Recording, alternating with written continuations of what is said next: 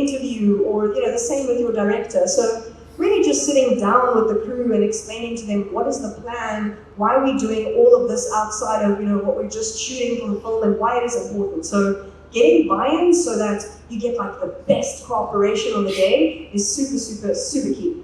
And yeah, the other kind of points is something that you would naturally just fit into your production process. So obviously just ensuring that anything YouTube related is included in your asset list, your shot lists. Your shot lists are scheduled, you've got post-production time, you guys know what that's all about, so I'm not going to go too much into it. And then just a little example of what an asset list could look like. So these are just ideas. And oh my gosh, if we sit down and brainstorm together, so much more can come out for what you can potentially do for your film specifically. But for example, some cool content pieces that could be on that asset list for you to shoot is questions in the hot seat. So doing a little session with your actors and your key crew, getting to know a specific character in your movie, right? So really like intimately interviewing them or following them as they kind of are on set getting ready for the main scene. Stories, the story behind the story, love that. So really getting some intimate time with your directors, your writers, and then 32 questions with, for example, is a great idea because that's like a format that's trending online. I'm sure you guys have heard of Vogue 75 or 72 questions, how many it was. So yeah, also a good idea of just adapting trends to what you can do. And then there's also opportunities that you can include in post-production. So I also just wanted to say that if you have already shot, so you've done production and you're currently in post, it doesn't mean you can't have a YouTube strategy. You absolutely can. I think there's a lot of things that can be done if you're creative about it to recreate content pieces that can fit into some of those creative strategies with existing content. And more excitingly, if you throw AI on top of that, maybe there's even more you can do, but we'll get into AI towards the end of the day. And yeah, last one is don't forget to shoot tons of B-roll. I'm sure you guys know the importance of B-roll, of course, but now shoot even more because you're going to need it. You're going to need it for your YouTube channel. Yeah, now, this one's for the editors in the room. So, editing for film versus editing for YouTube. There is actually a difference. So the difference is really from an experience perspective. Think about it this way. When somebody sits down to watch the film that you have created or a series, they're sitting down intentionally with that decision, right? So they're there, they're invested, they know what they're in for.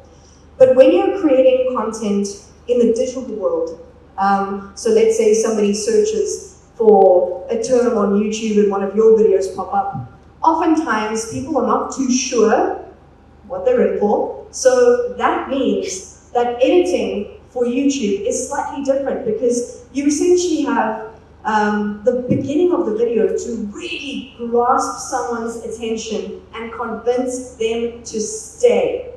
So there are a few editing nuances that I would like to take you guys through. And they are, number one, text. Sounds obvious, but YouTube is of course a very visual platform. Text is great because text allows you to emphasize certain points in an edit, especially in the beginning, especially if you're going with a faster edit. So basically putting words on screens, phrases, anything that can help you emphasize and catch someone's attention. The second one is show, don't tell. Yes. So one thing that may be difficult to resist, if I can put it that way, is if you are shooting interviews. So let's say you're doing interviews with your actors, your directors, your screenwriters. It is tempting to keep the talking head on screen. And even though I'm sure the person on the other side is great to look at, it's really important to show. So if, for example, an actor is talking about a moment in a scene that they really loved or it was difficult, actually cut to that scene. Show. Absolutely show. Show as much as you can.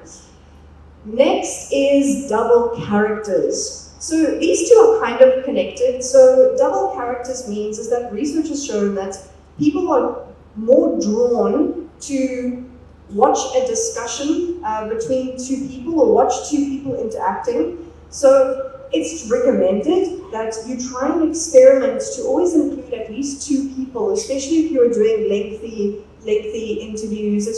It's easier to cut around as well from an editing perspective, and you also can play on some personalized moments in between the two people's interactions. Next up is using every pixel. So by this one I mean, you obviously have a 16:9 ratio screen, and use every moment of it. No corner is too far away from a viewer's eye. So if you are playing with split screens or overlay or any other detail that you feel will add extra layers to the story, add things that will help the viewer better understand, better absorb, better kind of flow into the world of the story that you're telling, absolutely do that. Use every pixel, obviously tastefully. And yeah, the last one is sound design. I'm pretty sure you guys know this one. But something that I was taught back in the day when I was in film school was audio is 50% of your film. Audio is so important. You cannot watch this beautifully crafted video that is so visually pleasing, but then the audio is just, it's not giving. So this is the same when it comes to editing for YouTube, is make sure that you do pay attention to sound design. Just because it may be a shorter edit or it's maybe not part of the main moment of the film, play around with sound effects, play around with music. It creates atmosphere, right? So really, really still build the journey as you would in your film. And let's talk about quality for a moment. So keeping up with consistency, creating more content outside of what you're already doing in main production can be tricky, and also tricky even from like a gear perspective. We obviously have limited gear, so I just wanted to basically bust the myth that quality, it's not about what camera you are shooting your content for YouTube for, not at all. Quality is actually defined by the power of the 4 V's, one of them, the value, the content itself, what's in there. So I would highly recommend that. Don't overthink it in terms of gear. Whenever you are creating content, whip out that phone, wipe the lens, it does wonders, and you're absolutely good to go. And here it is again. I promised you that this word was going to come up. Consistency. So these are 3 techniques that you can kind of adapt.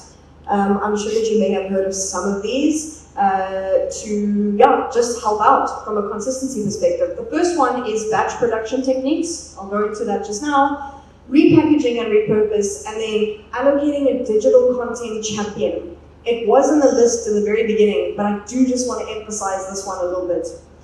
So the first one on batch production techniques is allocating a space in production and in post-production where you essentially take care of all of your digital content, all of the content that you need for this episode or for this film for YouTube in one go. So do it in a batch. It just helps essentially give more focused attention to what needs to be done on that asset list, and you don't keep stringing on the process for too long, which it just makes things a lot easier. Batch produce. So especially in post-production, if you're booking up some time, book one full day for your editor, sit down behind that editing suite, that laptop, and just edit everything up one go, then you know it's done. So that's the concept of batch production. Repackaging and repurposing. So this is what I mentioned earlier about if you've already shot your film and you're in post right now, but haven't considered your YouTube content strategy, it's not too late. You can adapt repackaging and repurpose, and essentially it's using existing footage, B-roll, BTS, deleted scenes, anything that you already have to basically support your consistency journey on the platform. And then, last but not least, is just allocating this champion for creating digital content. If you really have one mind dedicated to it, I think you guys will really get further. So that is us on production techniques, and I'm going to hand back to our MC. Thank you very much. Make some noise for Alexandra. Okay, so I promised earlier on we have a phenomenal panel discussion coming up in a couple of seconds, and this is the one you do not want to miss. But just a quick recap, how many people are taking part in the creation challenge? If you're going to take part in it. Okay, this is not what I was expecting. Do you need more time? Should I go over the rules again? All right. Well, they're not rules, just 3 quick pointers. It's a format, YouTube Shorts, 59 seconds. And there are 3 options. Option 1 is 1 location, 1 shot